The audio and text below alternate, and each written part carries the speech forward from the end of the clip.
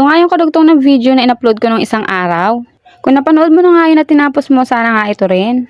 Dahil sayang naman ang effort ko kung hindi ko nga ito i-upload, no? Diba mga loves? Hello mga loves! Magandang buhay! Bale tapos na nga pala ng papa namin yung ginagawa niya ng parol.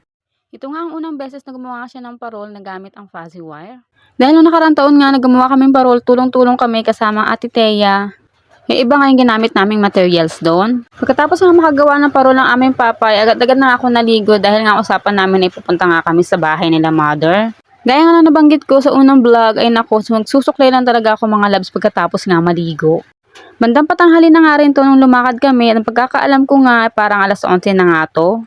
Kaya naman halos naka-jacket nga kami at itong aking babae nga lang talaga na kung ayaw mag-jacket ako naman sa init ng panahon na to, bahala siya dyan. Kapag ganitong naalis nga kami, hindi talaga nagsusuot ng jacket yung aming anak na yan. Ewan ko ba talaga. So, bali madali lang naman ang biyahe papunta nga doon.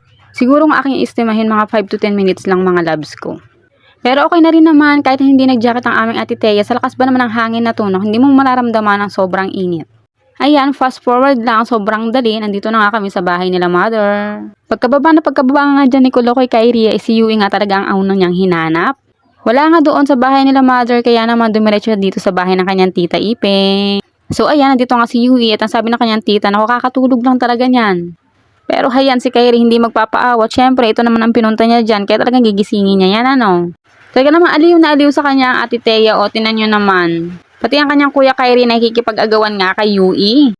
Sino ba naman hindi maaaliw sa bata na yan? Tingnan nyo naman mga loves, o napakabutsyog. Pagkatapos nga ng Ate Thea na kulit-kulitin si Yui doon sa loob, ay pumesto na nga dito sa labas at hiniram nga yung lyre ng kanyang pinsan. Pasado alas 12 na nga rin to ng tanghali, kaya naman nagkayayaan na nga rin kaming kumain ng sabay-sabay. Kapag mga ganitong araw nga nagkakasama-sama kami ay sabay-sabay din talaga kami kumakain madalas. Bali nagluto nga ng tinulang manok dyan yung aming bayaw at yan nga yung aming paghati-hatian ngayon. Sobrang sarap lang din sa pakiramdam mga loves na kapag gagala ka nga sa bahay ng iyong mother o ng iyong kapatid ay ganito nga ang aming pagsasaluhan. Na kahit simple nga ang pagkain ay hahain ng malaga nga ay sabay-sabay nga kaming kumain lahat. Pero dahil nga pang 4-seaters lang itong lamesa ng aking kapatid ay yung ibang mga boys at yung ibang mga bata ay sa labas na nga kumain. Ayan, pagkatapos ng kain, anong gagawin? Hindi magkwentuhan. Ayun nga, pagkatapos nga ng kunting kwentuhan ay pumesto nga ako dito sa duyan sa labas para naman makapagpahangin nga kahit paano.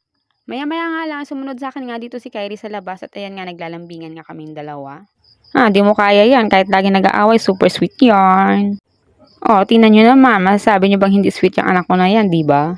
Pagkatapos nga ng kunting pag-ugoy-ugoy ko sa duyan, bumalik nga ako dito sa loob at naabutan ko nga itong bata na to na nagpapalokon at gusto nang dumede. Umalis nga ang aming papa kanina at bumalik nga nitong bandang hapon na at naabutan nga akong nagkakape dyan. Sabi ko nga dyan, maya-maya lang kami umuwi at ubusin ko nga muna tong kape ko at sayang. Pauwi na rin nga kami ng mga oras na yan, itong aming bunsuan ay medyo inaantok na kaya ganyan na ang itsura. Sabi ko nga sa kanya dyan, may na matulog sa bahay at malapit na nga rin kami. Paano ba yung mga loves? Hanggang dito na lang. Maraming salamat sa panonood. See you in my next vlog. Bye-bye!